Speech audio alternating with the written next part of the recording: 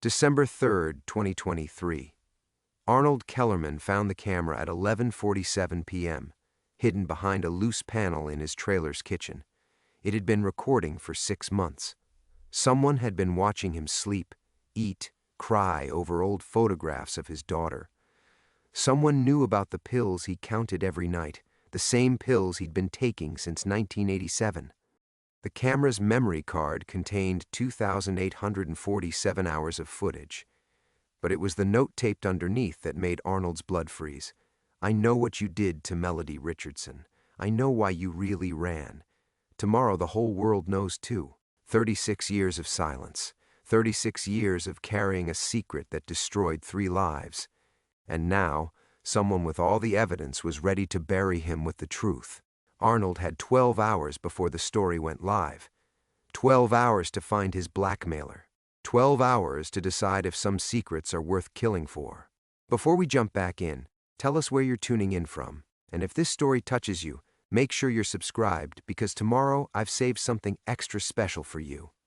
Arnold's hands shook as he set the camera on his small kitchen table, the red recording light still blinking like a malevolent eye.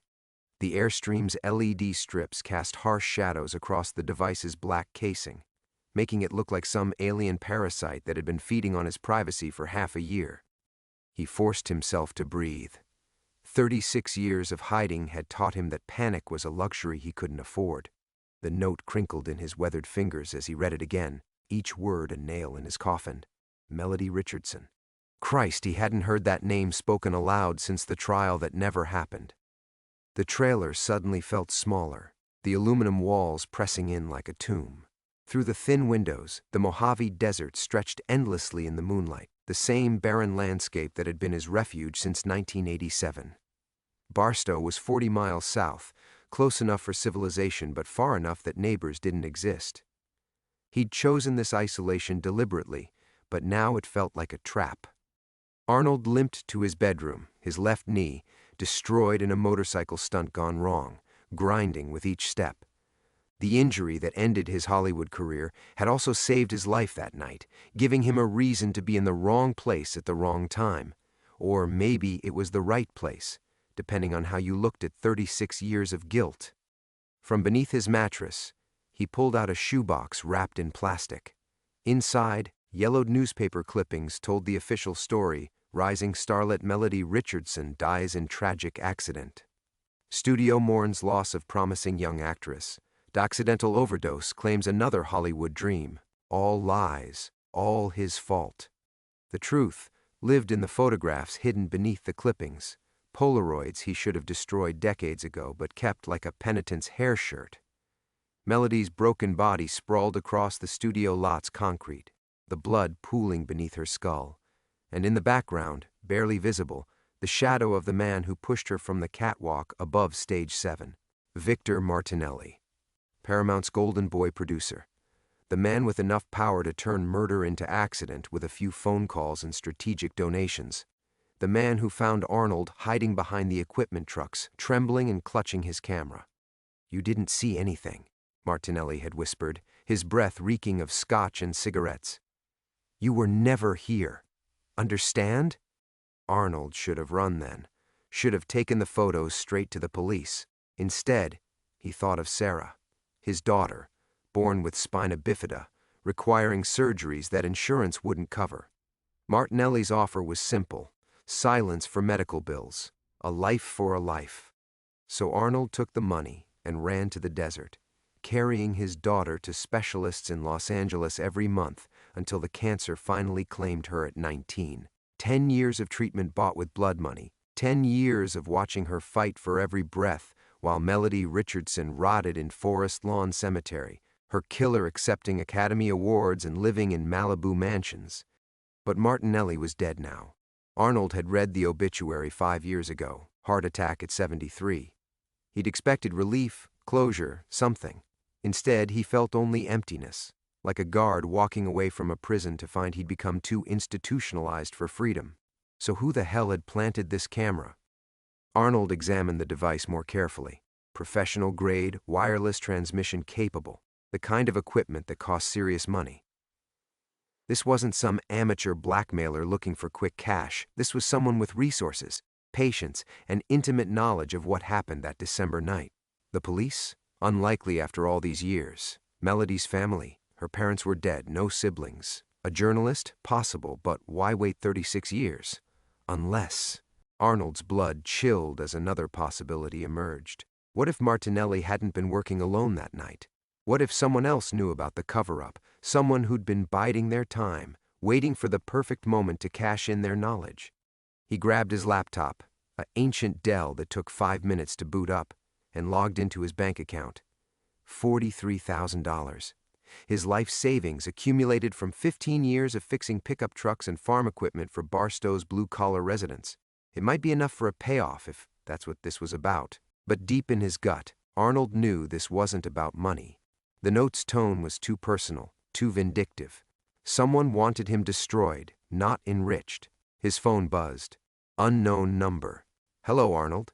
The voice was electronically distorted, neither male nor female. "I see you found my little gift." Arnold's throat constricted. "What do you want?" "Justice.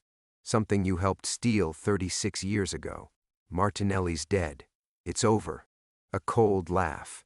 Victor Martinelli was a pig who got what he deserved. But you? You're still breathing, still living free while Melody rots in the ground. That ends tomorrow. The line went dead. Arnold stared at his reflection in the trailer's window, a broken-down old man whose sins had finally caught up with him. Outside, the desert wind howled like the voices of the dead demanding their due. He had 11 hours left. Arnold sat frozen in the sudden silence. The dead phone still pressed against his ear like he might somehow pull more words from the static. 11 hours. The phrase echoed in his skull, each repetition shrinking the walls of his sanctuary until he could barely breathe. His hands trembled as he set the phone down beside the camera, both devices now feeling radioactive with menace. The trailer's familiar sounds, the hum of the mini-fridge, the tick of the battery-powered clock Sarah had given him for his 50th birthday, seemed amplified in the desert quiet. Everything felt different now, contaminated. How long had that camera been watching him, recording him shuffling around in his boxers, heating up canned soup, talking to himself like the hermit he'd become? The violation crawled under his skin like desert scorpions. He limped to the small shrine he'd built in the living area's corner, his knees screaming with each step. Sarah's graduation photo smiled back at him from behind dusty glass, cap and gown hiding the wheelchair, brown eyes bright with determination despite the pain that never left her face. She'd fought to walk across that stage, fought for every breath, every day of her abbreviated life. The medical bills had been astronomical, but watching her accept her degree in social work had been worth every penny of Martinelli's blood money. Almost worth it. "I'm sorry, baby girl," he whispered to the photograph, his voice cracking. "I thought I could live with it. Thought I could carry this for both of us." Beside Sarah's photo sat the only other picture he displayed. Himself at 26, grinning beside a flaming Pontiac on some long-forgotten movie set. Back when Arnold Kellerman was Hollywood's go-to guy for motorcycle stunts, back when directors trusted him to thread a Harley through explosions at 60 miles per hour.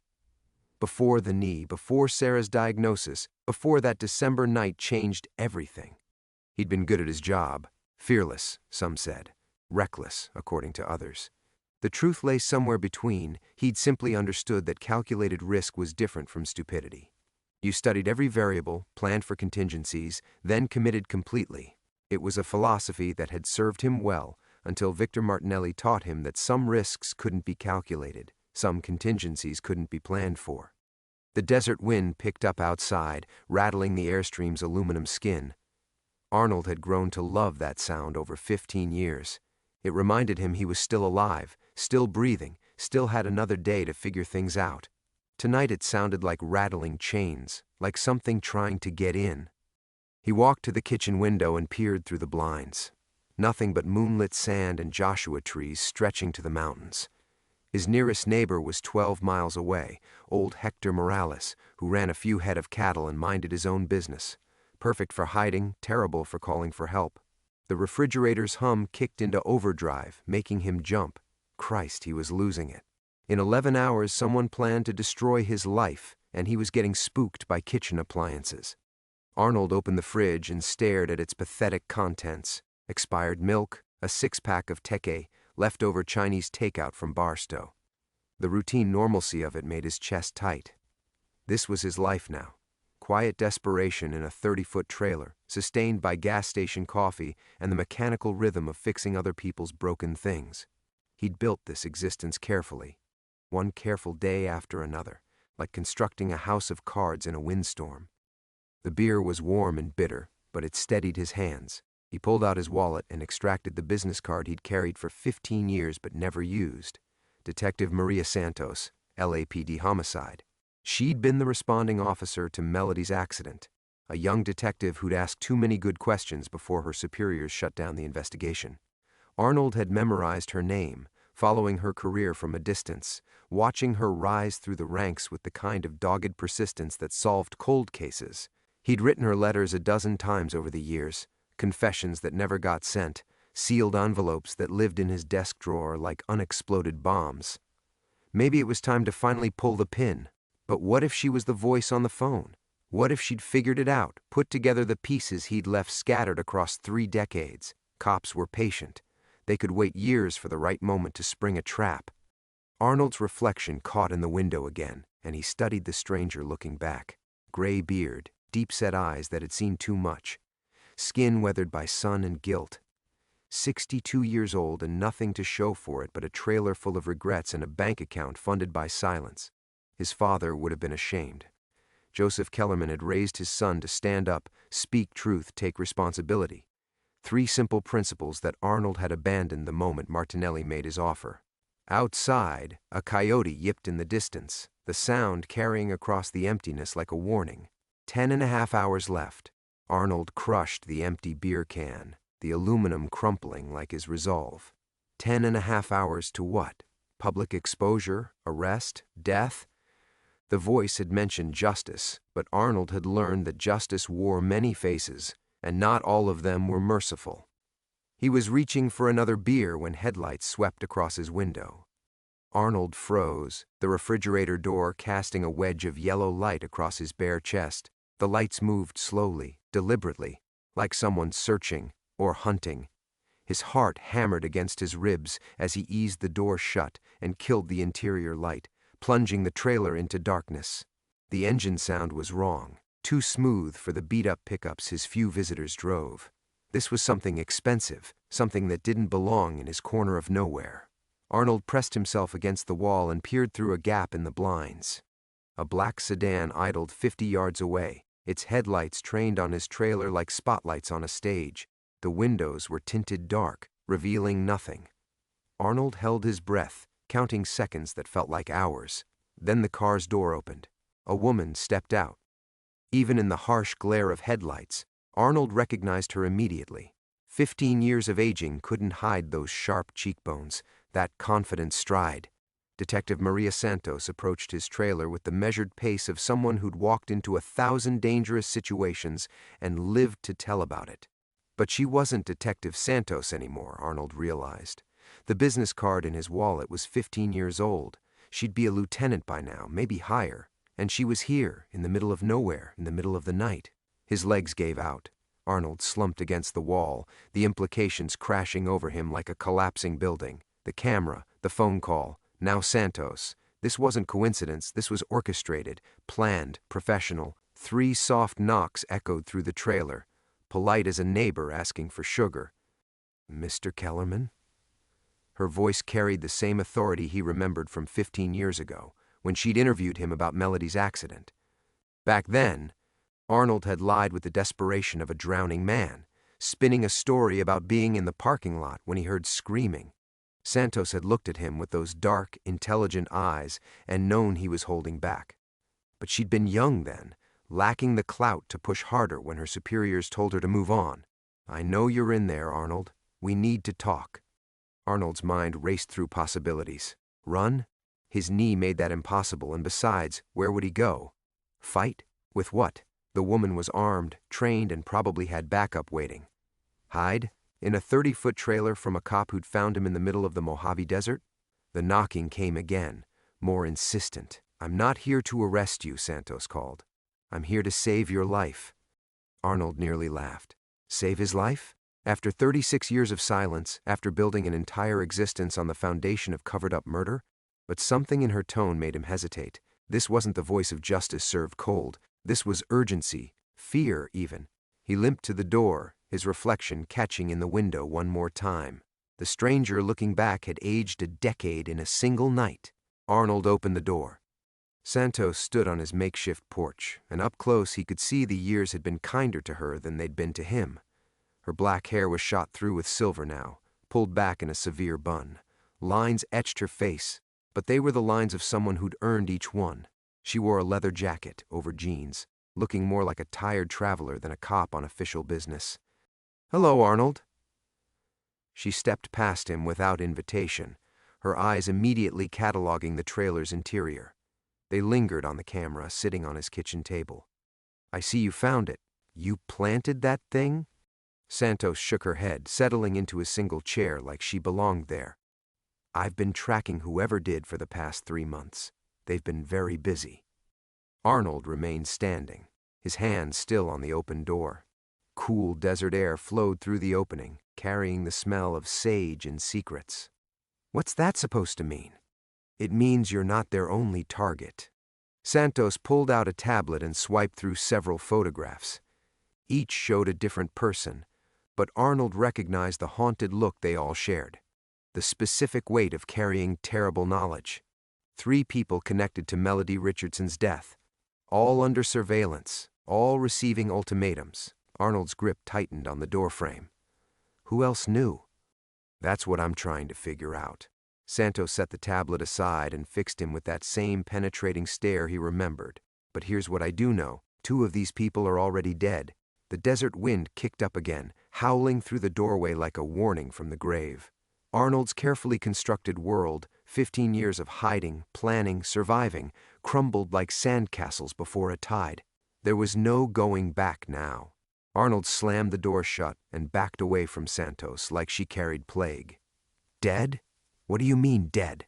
"Sit down, Arnold." "I don't want to sit down.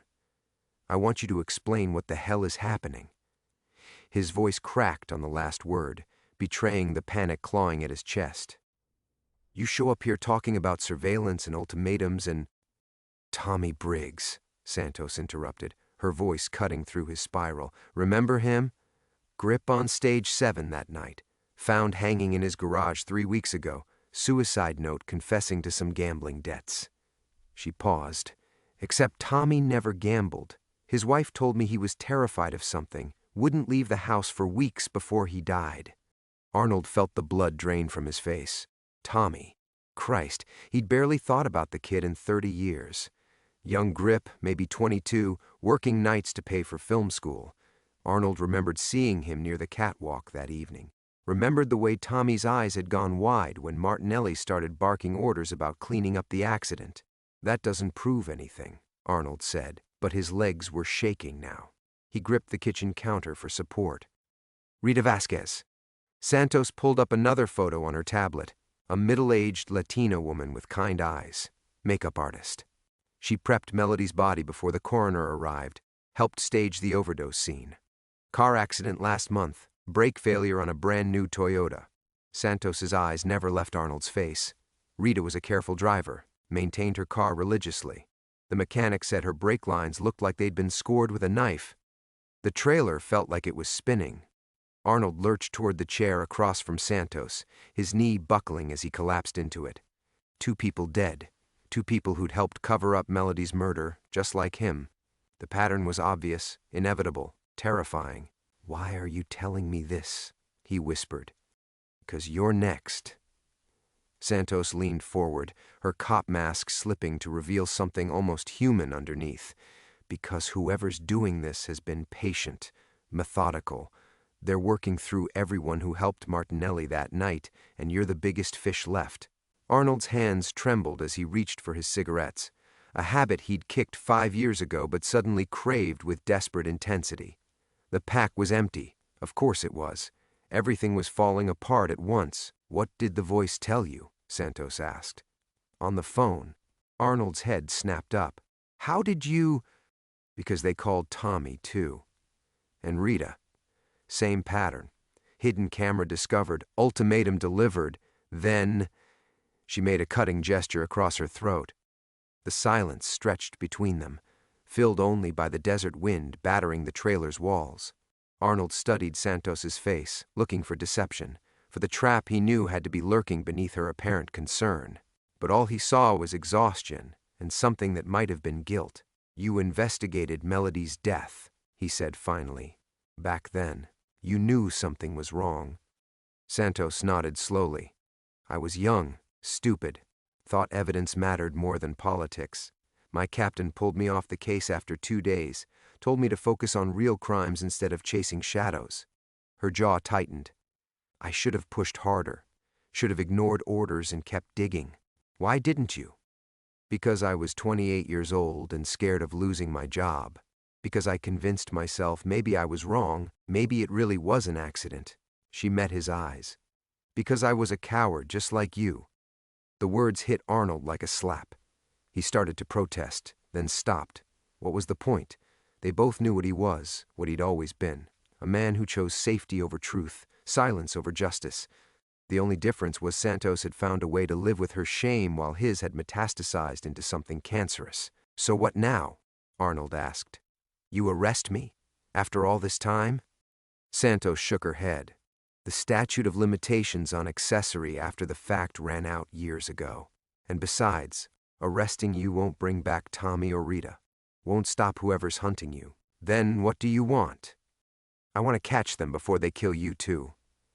Santos pulled out her phone, scrolled through messages. Because here's what I think happened. Someone else was there that night. Someone who saw everything, recorded everything, but stayed quiet while Martinelli was alive. Maybe they were scared of him. Maybe they were waiting for the right moment. But now he's dead and they're tying up loose ends. Arnold felt something cold settle in his stomach. You think it's someone from the studio? I think it's someone who cared about Melody Richardson. Someone who's been planning this for 36 years. Santos stood, paced to the window. Someone who wants more than money or justice. Someone who wants revenge. Outside, a coyote howled in the distance, and Arnold shivered despite the trailer's stifling heat. The coyote's howl faded into silence, leaving only the wind and the weight of 36 years pressing down on Arnold's chest. Santos remained at the window, her silhouette rigid against the moonlight, and Arnold could feel the terrible momentum building, like standing on train tracks and hearing the distant whistle, knowing you should run but unable to move. Someone who cared about Melody, Arnold repeated, his voice hollow. You have any idea who? Santos turned from the window, and in the dim light her face looked carved from stone. Tell me about that night. Everything. Not the sanitized version you gave me 15 years ago. Arnold's throat constricted. He'd spent decades burying those details, building walls of routine and silence to keep them contained. But now, with Tommy and Rita dead, with his own execution scheduled in less than 10 hours, the walls were crumbling. She wasn't supposed to be there, he said finally. Melody. It was past midnight. Stage 7 was supposed to be empty. I was just picking up some gear I'd left behind, but she was there. With Martinelli, they were… Arnold's hands clenched into fists. She was trying to get away from him, screaming, crying. He had her backed against the catwalk railing. Santos sat back down, her cop instincts taking over. What were they arguing about? She was pregnant. The words came out like shards of glass. She was going to tell people, go public. Martinelli was married, had political ambitions. He couldn't afford the scandal. The memory crashed over Arnold with fresh brutality, Melody's voice echoing through the soundstage, young and desperate and doomed.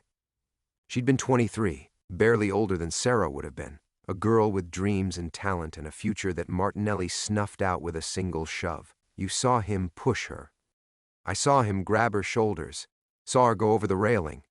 Arnold's voice cracked, heard her hit the concrete 40 feet down. The sound… Santos waited, letting the silence stretch until Arnold filled it. I should have called for help immediately, should have screamed, run down to check on her. but I just stood there like a goddamn statue watching Martinelli panic. Arnold wiped his eyes with the back of his hand. By the time I moved, he was already on his radio calling for cleanup. Not paramedics. Cleanup. Who responded? Studio security first. Then Martinelli's people, men in suits who moved like they'd done this before. They had a story ready before her body was cold. Overdose in her dressing room. They even had the needle. Arnold remembered watching them work with sick fascination. The efficiency of it, the casual way they'd discussed staging the scene. Like directing a movie, except the actress was dead and the audience was history itself. And then, Santos prompted. Then Martinelli noticed me. Arnold's stomach clenched at the memory.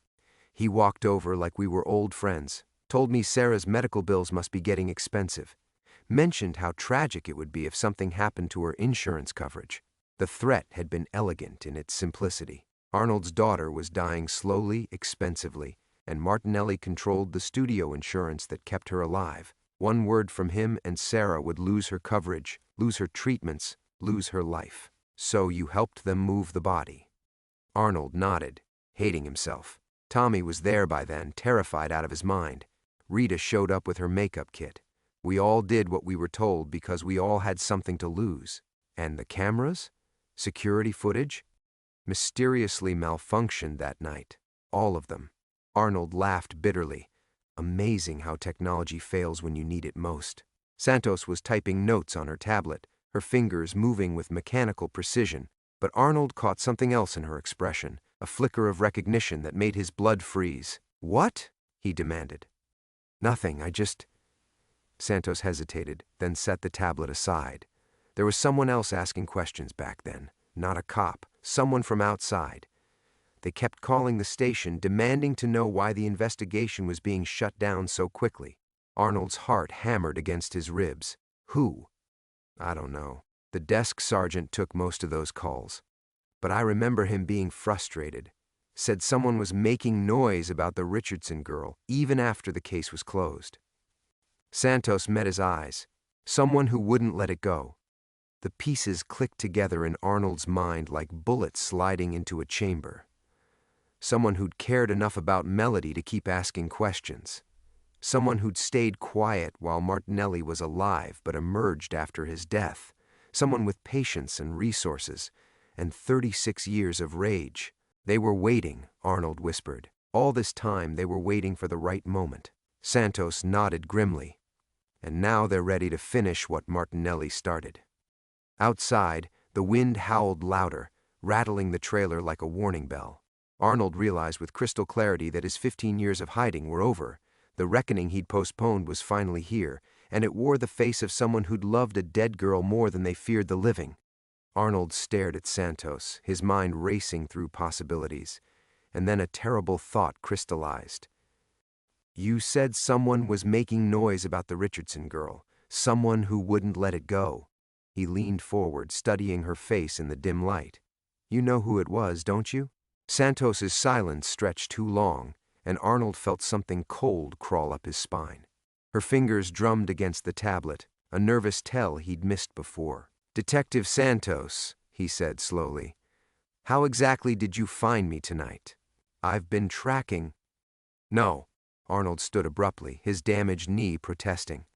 You said you've been tracking whoever planted the camera for 3 months. But how did you know to track anything at all? Tommy and Rita are dead, but their deaths look like suicide and accident. Why would a cop connect them to a 36-year-old case? Santos's jaw tightened almost imperceptibly. I kept tabs on the case over the years. When Tommy died, Bullshit. The word came out harder than Arnold intended, but clarity was flooding through him like ice water. You're retired, aren't you? Have been for years. That leather jacket, the civilian clothes, the fact that you're here alone at midnight? He backed toward the kitchen, putting distance between them. Real cops don't work like this. Santos remained seated, but her posture had shifted. Less relaxed, more coiled. Arnold, you're paranoid. It's understandable, given... Show me your badge. Silence. Show me your fucking badge, Detective Santos. She stood slowly, her hand moving not toward a badge but toward something else, and Arnold saw her clearly for the first time. The silver in her hair wasn't premature aging. The lines on her face weren't from stress. Maria Santos would be in her 60s now, not the sharp-featured woman standing in his trailer. "Who are you?" he whispered. The woman smiled, and it transformed her entire face, revealing something predatory that had been hiding beneath the cop mask. "My name is Elena Richardson. Melody was my sister." The trailer tilted around Arnold. He grabbed the counter, his legs threatening to give out completely. Sister. The person who'd been calling the police station, demanding answers. The one who wouldn't let it go. "You're dead," Arnold stammered. "Melody was an only child. I remember reading—" "Half-sister," Elena corrected, her voice losing the professional cop cadence and becoming something else entirely. Cultured, educated, patient as a spider. Different fathers. I was already in college when she moved to LA, using our mother's maiden name for her acting career. The press never made the connection. Arnold's mind reeled, trying to process the implications. "You've been planning this for 36 years. Planning is such a crude word. Elena moved closer, and Arnold could see the resemblance now. The same cheekbones, the same intelligent eyes. But where Melody's had held warmth and dreams, Elena's burned with decades of calculated hatred. I prefer to think of it as justice with a long fuse. The real Maria Santos died in a car accident 8 months ago. I've been wearing her identity like a costume, gaining access to police files, tracking down everyone who helped murder my sister." Elena's smile widened. "You have no idea how easy it is to become someone else when you have enough money and motivation." Arnold's hand found the kitchen drawer behind him, fingers searching for the knife he kept there. "You killed Tommy and Rita." "Tommy hanged himself. I simply gave him the rope." Elena's voice carried no remorse, only satisfaction. Men like him are fundamentally weak. Apply the right pressure and they break beautifully. "And Rita?" "Rita required a more hands-on approach. She actually tried to fight back. I respected that." Elena tilted her head, studying Arnold like a specimen. "I'm curious which category you'll fall into." Arnold found the knife handle, slowly wrapping his fingers around it. "What do you want?" "I want you to suffer like my sister suffered. I want you to feel helpless and desperate and abandoned." Elena's composure cracked slightly, revealing the molten rage beneath. "But mostly, I want you to know that everything you sacrificed her for was meaningless. My daughter needed—" "Your daughter died anyway, didn't she, Arnold?" Elena's words hit like physical blows. 3 years after you helped cover up Melody's murder. All that guilt, all that compromise, and Sarah died anyway. You sold your soul for nothing." The knife slipped from Arnold's numb fingers, clattering to the floor. The absolute truth of it, the cosmic joke his life had become, crashed over him with devastating force. Sarah had died despite everything, despite his cowardice, his silence, his willing participation in evil. The medical care that had been his justification, his rationalization for 36 years of guilt, had failed anyway. "You arrogant bastards," Elena continued, her voice rising. "You thought love made you weak, but love is what gave me strength to hunt you down, one by one, and show you what real weakness looks like." Arnold looked into her eyes and saw his future, and it was measured in hours, not years. Arnold stared at the knife on the floor, watching his reflection fragment across its surface. The weight of Elena's words pressed down on him like the desert heat, inescapable, suffocating. Sarah had died anyway. 3 years of borrowed time purchased with Melody's blood, and it hadn't been enough. "You don't understand," he said, his voice barely a whisper. "Sarah was everything to me. When her mother left, when the doctor said she had maybe 2 years without treatment. I understand perfectly." Elena moved closer, her footsteps deliberate on the trailer's worn linoleum. "You chose your daughter over mine. You thought your love mattered more than Melody's life." Arnold lifted his head, meeting her gaze. "Yes, I did." The admission hung between them like a confession at gunpoint. Elena's eyes flickered, surprised perhaps at his honesty. "At least you're not lying to yourself anymore," she said. "That's more than Tommy managed. He spent his last hour trying to convince me he was just following orders, that he never had a choice. Pathetic." Arnold thought about Tommy, barely out of college, probably supporting his family, maybe paying for school. Another person caught in Martinelli's web, another life destroyed by proximity to power. How many of us were there? That night? 7 people helped move Melody's body and stage the overdose. Martinelli's dead. Cancer got him before I could. 2 security guards died in what appeared to be unrelated incidents over the past 5 years. Elena's voice carried the satisfaction of a woman checking items off a shopping list.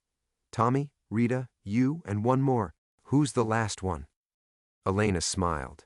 Dr. Marcus Webb, the studio physician who signed Melody's death certificate, confirming the overdose that never happened.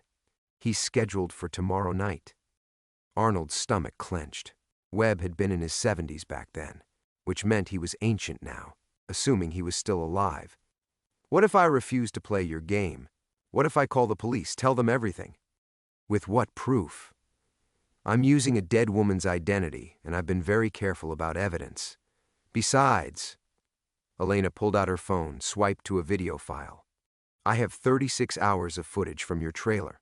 Every moment of guilt, every nightmare, every time you've broken down crying about Sarah. The screen showed Arnold at his kitchen table 2 weeks ago, drunk and sobbing, talking to Sarah's photograph, telling his dead daughter how sorry he was, how he'd failed her, how he wished he could trade places. Arnold watched himself fall apart and felt something die inside his chest. I could release this to the media, Elena continued. Let the world see what a broken old man looks like. Or I could keep it private, between us.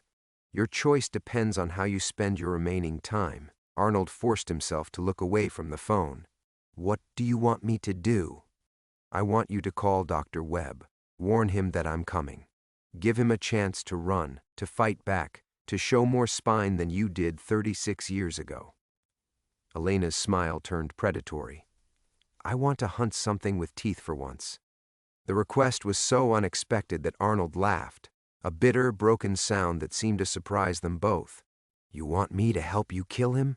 I want you to give him the choice you never gave Melody, the chance to save himself that you denied my sister when you stood there and watched Martinelli murder her. Arnold studied Elena's face, looking for sanity and finding only the terrible logic of someone who'd spent decades planning revenge. She wasn't crazy. She was worse. She was methodical. And after Webb? After Webb, you and I are going to have a very long conversation about justice, about what you owe Melody's memory, about how a man pays for 36 years of cowardice. Elena moved to the window, gazing out at the desert darkness. But first, you're going to make that phone call. Arnold's mind raced through possibilities. He could refuse, try to fight, attempt to run. But Elena had planned this for decades, had resources and patience and nothing left to lose. She'd already killed 3 people and destroyed his last shred of self-respect. What was left to fight for? Why didn't you just kill me in my sleep? He asked.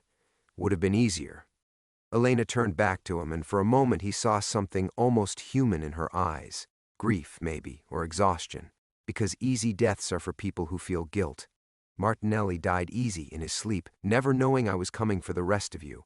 But you've been living with what you did all these years. You've been suffering.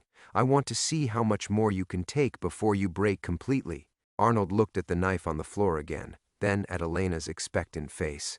Outside, the wind was picking up, carrying the scent of distant rain, the kind of desert storm that could wash away everything, given time. He reached for his phone. Arnold's fingers trembled as he held the phone, Webb's number glowing on the screen like an accusation.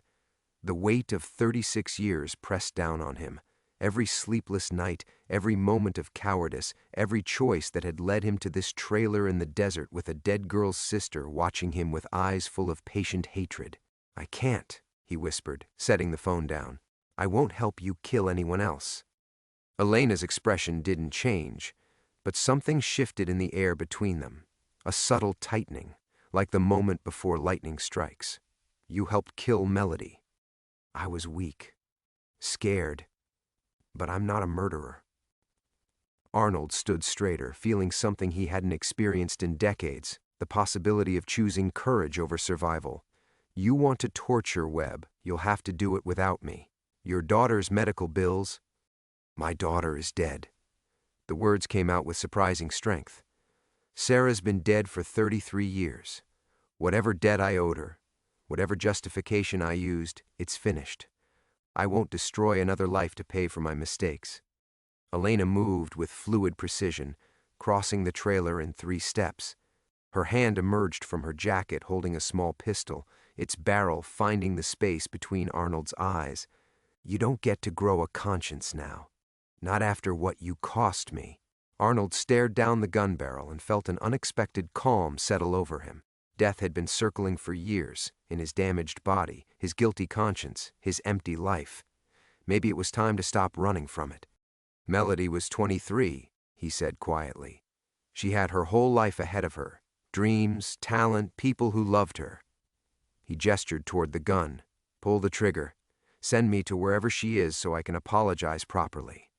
For the first time since revealing her identity, Elena hesitated. The gun wavered slightly in her grip. You think dying makes you noble? You think it erases what you did? No, but it stops me from doing anything worse. Arnold took a step closer to the weapon. I spent 36 years being a coward. I'm tired of it. Elena's breathing quickened, her composed mask cracking. You don't understand. I need Webb to know what's coming. I need him to feel the fear Melody felt, to die the way she died, helpless and betrayed by everyone who should have protected her. Then go kill him yourself. But you won't get absolution from me, and you won't turn me into your accomplice again. Arnold's voice grew stronger with each word. I helped murder your sister by staying silent. I won't help you murder anyone else by speaking. The gun shook in Elena's hands.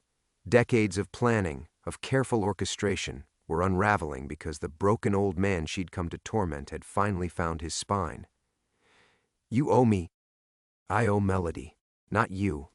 Arnold reached out slowly, placing his finger on the gun barrel and pushing it against his forehead. You want justice? Here it is. But I won't be your hunting dog. Elena's face contorted with rage and something deeper, grief that had curdled into poison over 36 years. She was innocent. She was everything good in the world, and you let them throw her away like garbage. You're right. Arnold's admission seemed to deflate Elena slightly. We did. I did. And I've been paying for it every day since, just like you have. But becoming monsters won't bring her back. Then what will? The question erupted from Elena like a sob, raw and desperate.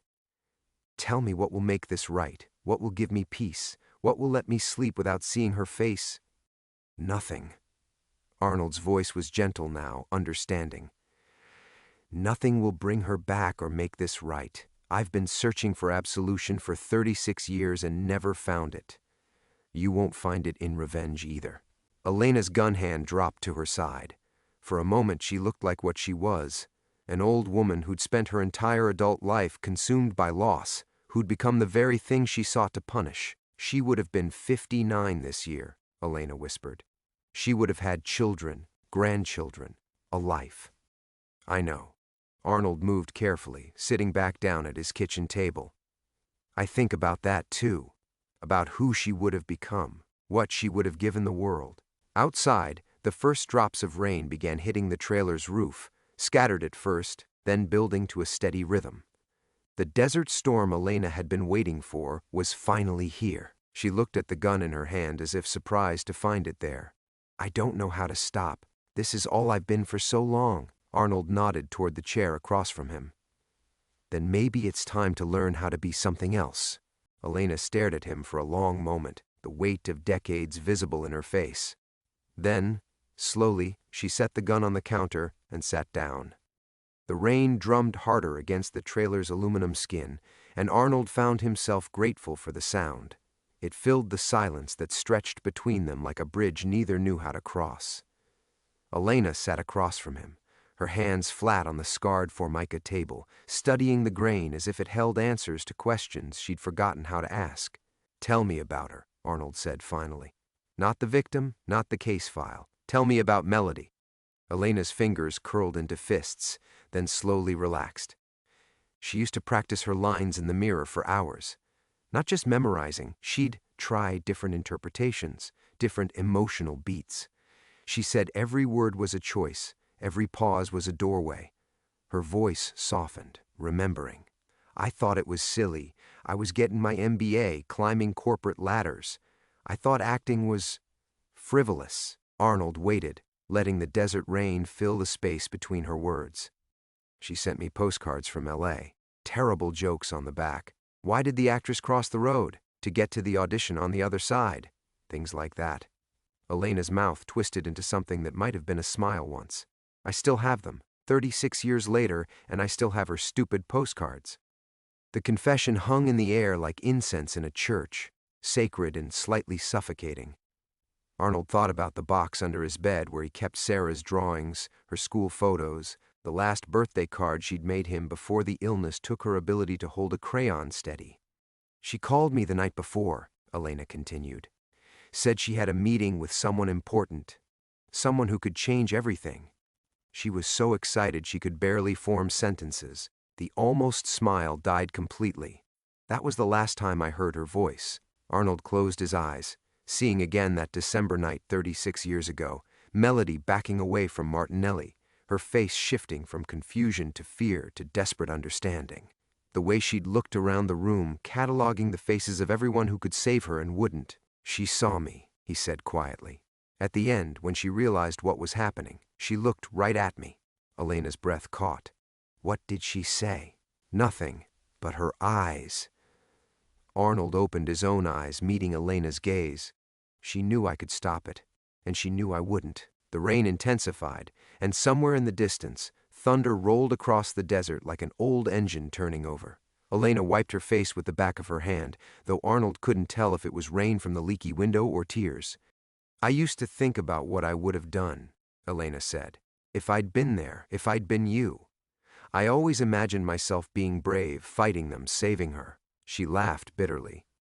Easy to be a hero in your own imagination. You spent 36 years hunting us down.